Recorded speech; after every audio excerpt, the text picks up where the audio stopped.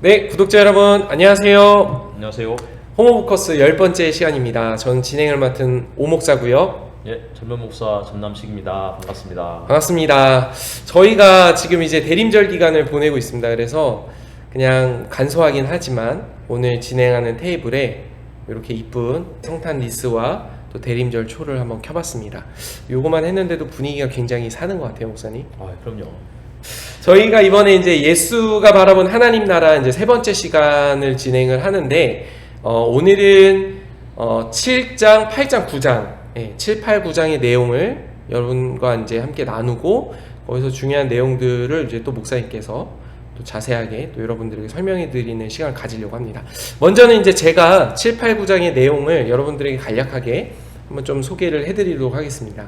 오늘은 제가 7, 8, 9장을 한 번에 요약 정리를 해드리고 목사님 이야기를 좀 하기보다도 목사님 또 나누시고 싶은 얘기 그때그때 좀 같이 한번 좀 얘기를 해보겠습니다. 일단 7장 같은 경우는 포인트는 그것입니다. 그러니까 우리가 어떤 그 재물에 대해서 왜곡된 시선 때문에 성경의 말씀 오독하는 그런 본문이 뭐가 있는지, 사실 그런 것들 굉장히 많거든요. 저희가 사실 어떤 뭐 재물이나 소유에 대해서 왜곡된 시선으로 자꾸 성경을 대하기 때문에 성경을 마치 내 소유를 이렇게 정당화시켜주는 그러한 것으로 이렇게 받아들일 때가 많거든요. 그래서 그러한 것들을 저자는 이제 우회로라고 표현하면서 9가지에 대해서 소개를 하고 있습니다. 제가 간략하게 이 9가지에 대해서 오해가 무엇이고 요점이 무엇인지에 대해서 조금 간략하게 이야기를 해드리도록 하겠습니다. 먼저 이제 저자가 소개하는 첫 번째 우회로가 달란트 비유거든요.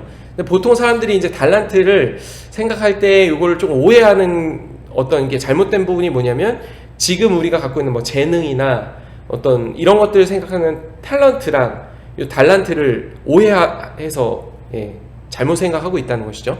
사실 그 당시에 달란트는 이제 단위의 하나였고 굉장히 큰 어떤 그 단위인데, 여기서 말하는 이제 달란트 비유는 사실 우리가 뭐 열심히 해서 남겨야 된다 요런 어떤 요점을 갖고 있는 말이 아니라, 달란트 재산은 기독교에 대한 지식, 하나님 나라에 대한 지식이고, 우리가 이제 그것을 가졌을 때 그것들을 널리 퍼뜨리고 나누어야 한다.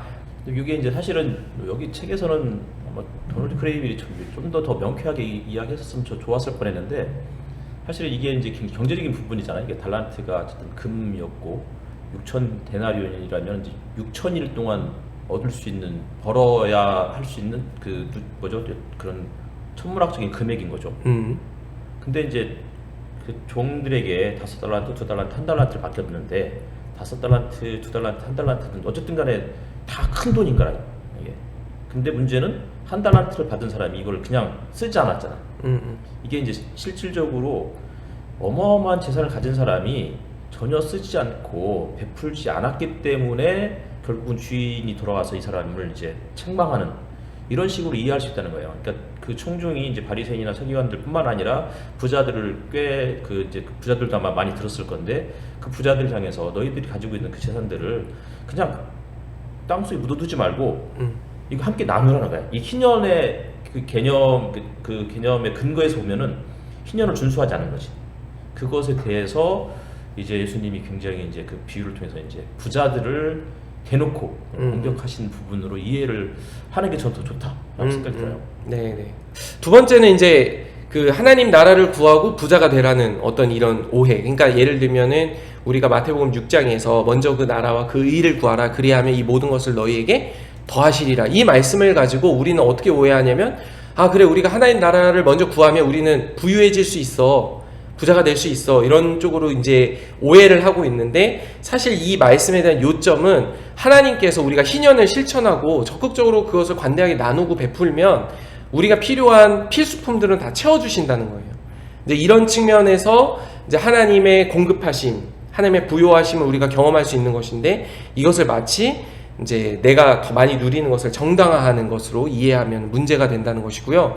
그 다음 또 이제 크레이블이 지적하는 것 중에 하나가 무엇이냐면, 우리가 예수를 위해서 헌신했을 때 뭐 예수님이 이제 우리에게 더 받을 것들에 대해서 말씀하신 것을 마치 우리가 예수님을 따르면 갑절로 그것을 얻을 수 있다. 그러니까 이것은 쉽게 말하면 5를 인풋하면 10을 아웃풋할 수 있다라는 일종의 투자 법칙으로 오해하는 경향이 있다는 것이죠. 근데 그것은 그런 의미가 아니라, 우리가 예수님을 따르기로 하고 우리의 소유를 포기하고 그것을 던져버렸을 때 우리는 더 넓은 하나님의 가족이라는 그 관계망 속에 들어가면서 우리는 실제 가진 것이 없지만 예수를 따르는 다른 사람들의 환대를 받게 되고 그들로부터 우리의 필요를 체험받게 되는 그런 또 은혜를 경험하게 될 것이다. 이런 또 이야기를 하고 있습니다. 그리고 이제 또 저희가 하는 또 하나 이제 오해 중에 하나가 마리아가 향유를 깨서 부어드렸을 때 이 많은 또 예수의 제자들이 마리아에 향해서 비난하면서 특히 유다가 이것을 넌 왜 허비했냐? 이것을 팔아서 가난한 사람들에게 주지 왜 그것을 이렇게 허비하느냐라고 했을 때 예수님께서 가난한 사람들은 늘 함께 있다. 이 말씀에 대해서 우리는 가난한 사람은 언제든 우리 주변에 있으니까 우리는 예배드리는 것에 열심을 내면 된다. 이런 식으로 또 오해를 한다는 것이죠. 그런데 이것은 그런 의미가 아니라 크레이빌이 여러 가지 구약의 어떤 본문들을 해석하고 이것을 연결시키면서 결국은 가난을 줄이는 것이 우리에게 주어진 굉장히 중요한 과제다.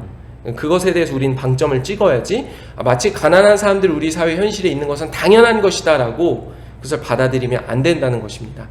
그리고 또 하나의 오해가 이제 어떤 실천보다도 태도에 방점을 찍는 뭐 소유에 대해서 재물에 대해서 우리가 이제 올바른 태도만 가지면 된다라는 식으로 이야기하는데 크레이블은 그게 아니라 실질적으로 우리에게 중요한 것은 행동이고 실천이다. 그것이 시금석이다 라는 표현을 하고 있습니다. 태도만 갖고 있는 것은 사실은 그것은 우리를 온전히 이렇게 보여주는 부분이 아니다라는 것들을 우리가 생각해 볼 수 있습니다.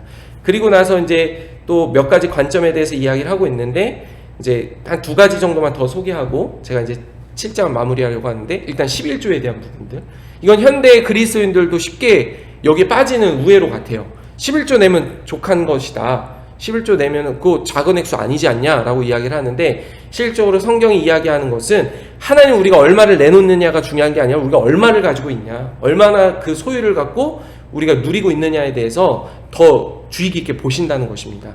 그래서 이 저자는 여기서는 아마 이제 각주로 처리가 됐는데 누진 11조를 소개하고 있는데 이 누진 11조 같은 실천을 통해서 실질적으로 우리가 갖고 있는 소유를 더 많이 베풀고 나누는 희년 실천에 방점을 찍어야 된다. 그냥 11조 냈으니까 됐다. 이런 식으로 가면 안 된다라는 이야기를 하고 있습니다.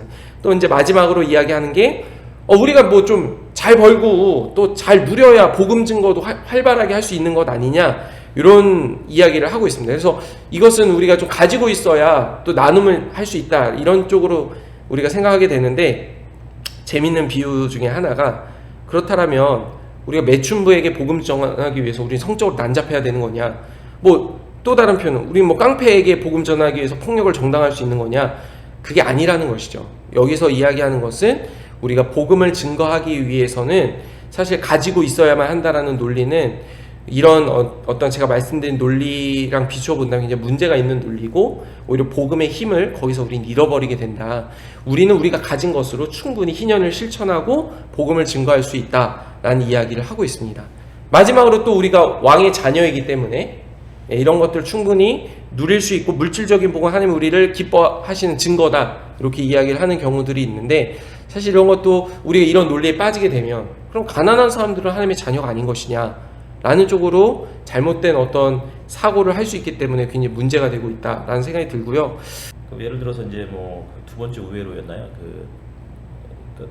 너희는 먼저 하나 그의 나라와 그의 일을 구하라. 그러니까 실질적으로 아까 희년에 대해서 이야기하셨잖아요. 그러니까 우리가 그런 희년에 대한 불안한 마음들이 있는 거예요. 내가 이것을 그 사회 구조를 바꾸고 하는 데 있어서 내가 여기 헌신을 하면 내가 헌신하려면 내가 내 것을 내놔야 되는데 그러면 어떻게 먹고 살까? 라고 하는 게 실질적으로 이제 뭐 희년에서 그거잖아요. 1년 동안 땅을 쉬게 해야 되잖아. 안식년이 되면 땅을 쉴 때 나는 그럼 어떻게 먹고 살까? 그럴 때 하나님께서 먹여주실 것이다. 그 안에서 저절로 자라는 것들이 꽤 많을 것이고 그리고 그 희년 이후에 혹은 안식년 이후에 일종의 이제 그 휴경년이니까 땅을 쉰 다음에 그 다음엔 2배 이상을 또 하나님께 거두게 하실 것이다. 그러니까 걱정하지 말아라. 이런 어떤 맥락의 말씀을 예수님이 인용하신 거라고. 또 하나는 아까 이제 뭐 그 마리아의 향유 부은 사건도 신명기 말씀을 인용한 거잖아요. 네. 그래서 너희 주변에 가난한 사람들이 없게 하라. 이 말씀을 우리가 늘 기억해야 되는 거예요.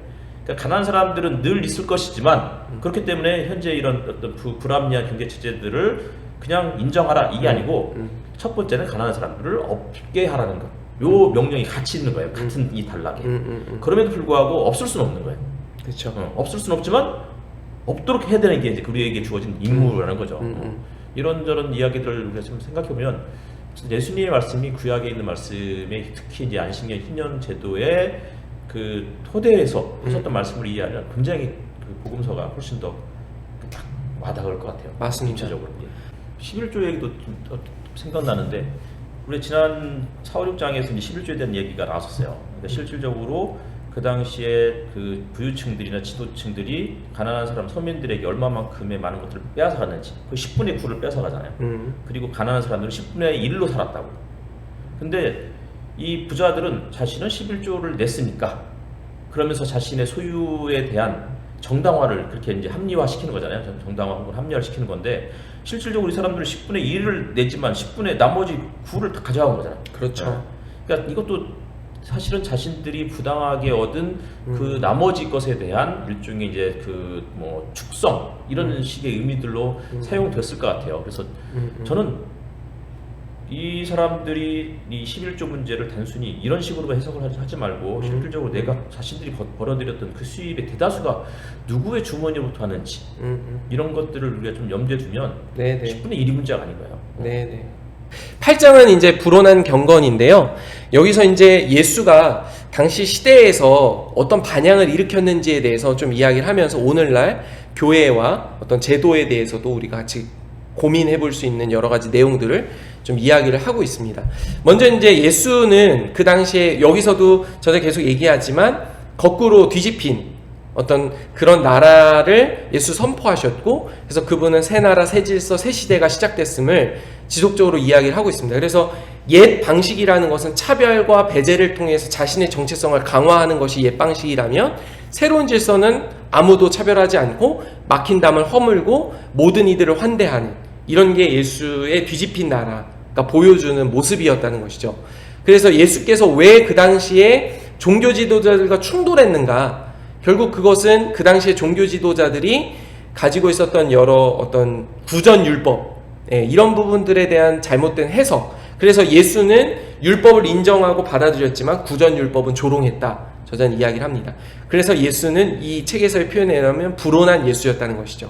당시의 시대에 우리가 살펴볼 수 있는 4개의 당파가 있지 않았습니까? 에세네파, 열심당, 사두개파, 바리새파.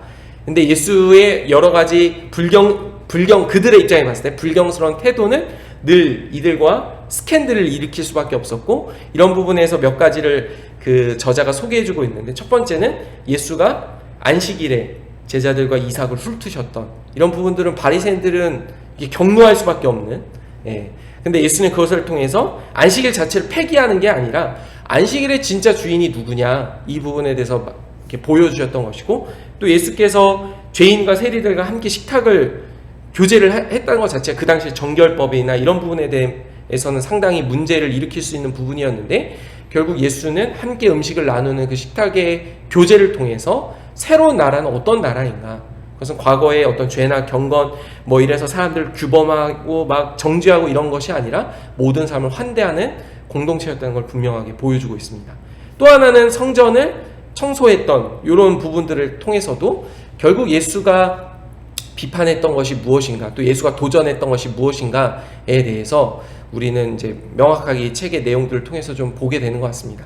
그러면서 이 저자가 오늘날의 교회, 또 하나님 나라, 제도, 문화 이런 것들의 관계를 우리는 어떻게 이해해야 되는지를 가르쳐주고 있습니다. 이 8장에 보면 이제 뭐 그 예수님이 구전 전승에 대한 굉장히 이제 비판들을 많이 하시잖아요. 네네네.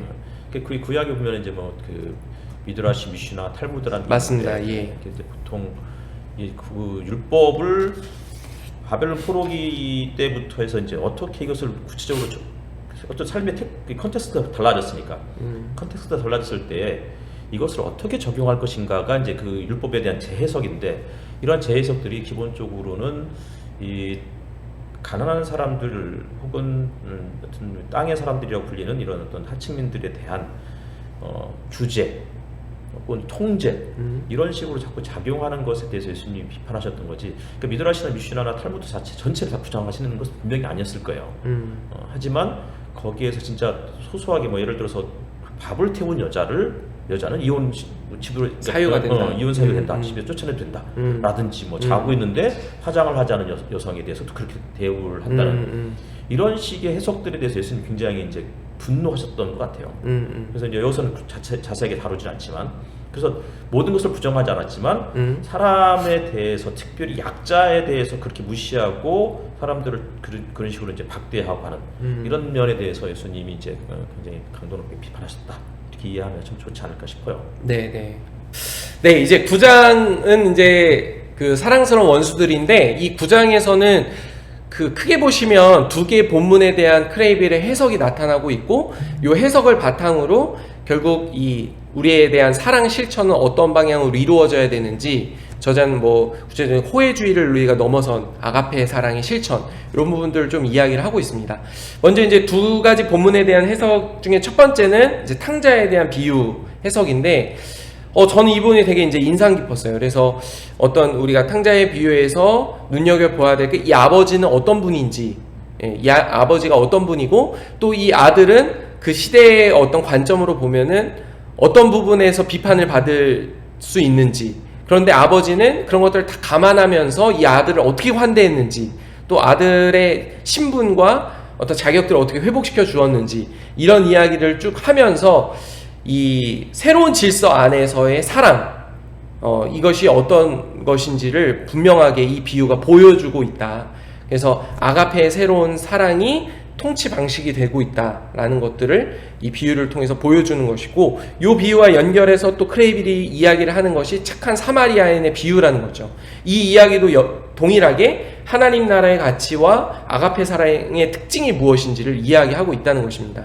결국 아가페는 차별하지 않고, 아가페가 용감하고, 또 아가페는 불편하고, 아가페가 위험하고, 때로 아가페는 시간도 들고 비용도 들고 신분을 위태롭게 하지만, 그러한 모든 것들을 감안하고 담대하게 할 수 있는 것이 바로 이 아가페 사랑의 실천이다. 그래서 이 탕자의 비유와 착한 사마리아인의 비유는 사실은 우리가 비유를 그 시대의 관점에서 읽는다면 굉장히 전복적이라는 것이죠. 그냥 무난하게 읽힐 수 있는 비유가 아니라 굉장히 전복적인 것이고, 이거는 앞과 뒤가 이제 바뀌어지는 그런 의미를 담고 있는 것입니다. 그래서 우리가 익숙해져 있는 어떤 그런 사랑에 대한 관념보다도 훨씬 성경이 말하는 이 사랑은 급진적이라는 것이죠. 결국 우리가 함께 이 땅에서 이루어야 될 것은 이제 샬롬의 비전이라는 것이죠. 그래서 성경은 사실 평화에 대해서 굉장히 중요하게 이야기를 하고 있고, 하나님의 나라가 정의와 평화와 기쁨 위에 세워진다는 것을 우리가 잊지 말아야 한다. 그래서 우리는 평화를 만들어가는 자들이다. 복음의 핵심이 평화라는 거, 그것을 우리는 꼭 기억해야 되고, 샬롬은 하나님께서 이루신 구원의 꼬리가 아니라 핵심이라는 거, 그래서 꼭 기억할 필요가 있습니다. 이 도널드 크레이빌이 이제 전복적인 나라, 그러니까 그 당시에 있었던 그 팔레스타인의 정치 구조, 이거 사회 구조에 그 반해서 그 예수께서 제시하셨던 하나님의 나라는 주종의 관계가 아니고 아버지와 자녀의 관계. 그래서 계속해서 예수님이 하셨던 비유들이 그런 탕자의 비유라든지 네네. 이런 식의 이제 잘 드러나 있는 거죠. 그런 쪽에. 그래서 뭐 하나님은 마치 이제 바보 같은 아버지다. 뭐 이런 이야기 정말 좋죠. 그러니까 우리 아이들이 우리에게 뭐 이렇게 좀 예의를 벗어나서 못된 짓을 하더라도 또 그렇게 받아줄 수 있는 그런 아버지. 그런 얘기하면서 또 탕자의 비유도, 저는 탕자의 비유를 읽을 때마다 그런 생각이 들어요. 어쨌든 간에 이 탕자가 이제 뭐 먼 나라에서 멍청멍청 살다가 돌아오는 거잖아요. 이게 마치 바벨론 포로로 끌려갔다가 돌아오지 않다가 나중에 돌아오는 사람들에 대한 그 당시에 유대인들의 어떤 그 차별, 이런 것들이 있었지 않았을까라는 생각이 들었는데, 그런 사람들조차도 받아들여줘야 된다라는. 그리고 그 다음에 이제 하는 그 비유가 선한 사마리아인의 비유잖아요. 선한 사마리아인은 어쨌든 사마리아 사람은 선하다고 하는 건 사실 이게 말이 안 되는 거잖아요. 사마리아 사람은 그 자체로 악한 사람이고 부정한 사람이고, 존재 자체가 부정돼야 되는. 근데 이 사람이 이제 포도주와 기름을 가지고 유대인, 강도 많은 유대인에게 상처를 치료해주는.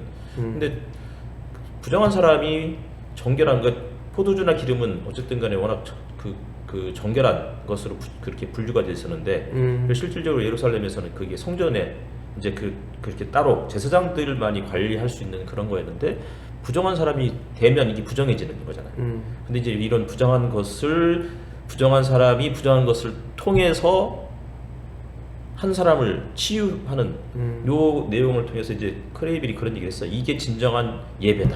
저는 이게 정말 멋있는 표현이었던 것 멋있네요. 같아요. 예. 네.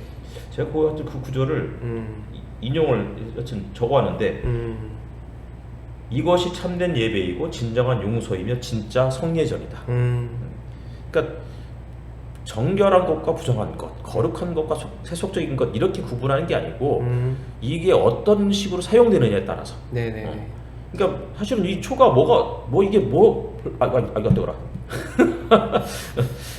별것도 아니잖아 이게. 네네. 근데 우리가 이걸 어쨌든 대리인절 초라고 생각하니까 나름 의미를 부여하면서 이게 또 정결해지는 거잖아요. 그런 것처럼 어떻게 사용하느냐가 되게 중요한 것이지 그 자체가 중요한 건 아니거든요.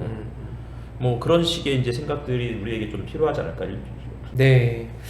네, 이것으로 해서 오늘 예수가 바라본 하나님 나라 7, 8, 9장에 대한 내용과 또 중요한 어떤 또 나눌 거리들을 함께 여러분에게 소개해 드렸습니다. 저희 늘 마지막으로 이야기하는 거지만 구독도 많이 해주시고 좋아요도 많이 눌러주시면 젊은 목사님과 제가 또 힘이 날 것 같습니다. 네, 하루에 한 10번씩 확인하는 것 같아요. 네. 좋아요 누가 눌렀는지 혹은 구독자가 늘었는지 안 늘었는지. 네. 그래서 저희도 이제 구독자 늘어서 협찬도 좀 받고 네, 농담입니다. 지금도 충분히 행복합니다. 소확행이니까. 농담 아니잖아. 네. 네, 이것으로 저희 오늘 홈오브코스 10번째 시간을 마치도록 하겠습니다. 여러분 감사합니다. 감사합니다.